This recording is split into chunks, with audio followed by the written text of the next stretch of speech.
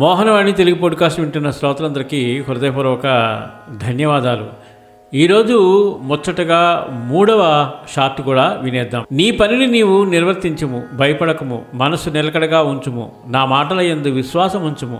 ఎవరైతే నా లీలలు శ్రద్ధాభక్తులతో వినితరో వారికి ప్రపంచమందు మమత క్షీణించును, బలమైన ప్రేమ భక్తి కలుగును. ఎవరైతే నా లీలలలో మునిగెదరో వారికి జ్ఞానరత్నములు లభించును.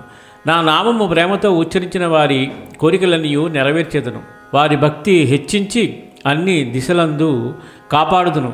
ఎవరైతే నాపై పూర్తిగా ఆధారపడి ఉన్నారో వారి కథలు వినినప్పుడు మిక్కిలి ఆనందం పొందుతారు. ఎవరైతే నన్ను శరణాగతి వెడుదరో, నన్ను భక్తి విశ్వాసములతో పూజించెదరో, నన్ను స్మరించెదరో, నా ఆకారమును మనస్సును నిలిపెదరో వారిని బంధనముల నుండి తప్పించుట నా ముఖ్య లక్షణము, మరియు సకల రోగములను నివారించును. ఆనందమునకు తృప్తికి ఇదియే సులభ మార్గము.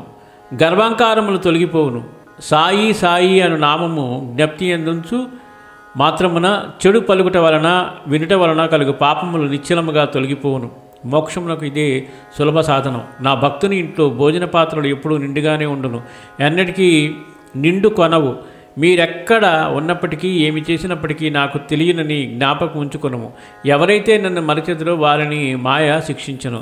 నా వద్దకెవరు వారికై వారు రారు. నేనే అనేక రీతుల వారిని రప్పించుకుంటాను. ఆధ్యాత్మ విద్య ఎంతో కష్టం. శక్తినంతా వినియోగించి కృషి చేస్తే కానీ ఫలితం ఉండదు. ఆద్యంతాలు లేని ఈ పాదాలు పరమ పవిత్రమైనవి. నాపై పూర్తి విశ్వాసం ఉంచు, నీ కోరిక నెరవేరుతుంది. నా భక్తుడెక్కడ స్మరిస్తే అక్కడనే ఉన్నాను. నన్ను గురించి ఇతరులను అడిగి తెలుసుకునే దానికన్నా ఏదైనా మనమే చూసి తెలుసుకోవాలి.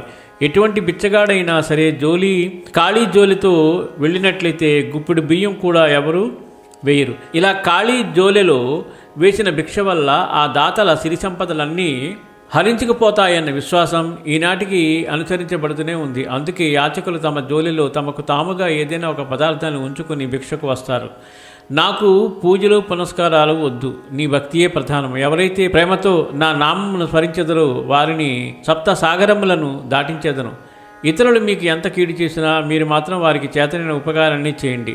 ఆకలి కొన్న వారికి అన్నము, దిగంబరులకు వస్త్రము, నిరాశ్రయులకు ఆశ్రయమును ఇచ్చుటయే దైవ ప్రీతికరము. ఇది నిత్య సత్యం కావాలి. బాబా యొక్క ప్రతి పలుకు మనని చాలా ఆలోచింపచేస్తుంది. తప్పకుండా మనం మారి సన్మార్గంలో పయనించినట్లయితే బాబా యొక్క అనుగ్రహం మనకు అనంతంగా లభిస్తుందని మనస్ఫూర్తిగా కోరుకుంటూ సర్వేజన సుఖినో భవంతు, లోకా సమస్త సుఖినో భవంతు. ధన్యవాదాలు. స్వస్తి.